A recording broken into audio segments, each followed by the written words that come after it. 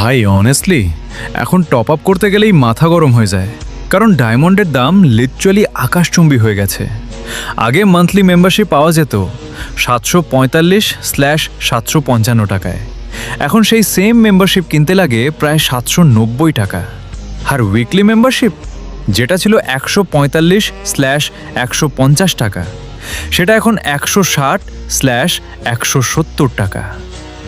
কিন্তু problem price বাড়া না, প্রবলেম হলো কেউ প্রপার রিজনটাও বলে না। সেলারদের কাছে জিজ্ঞেস করলে এক একজন এক এক কথা বলে।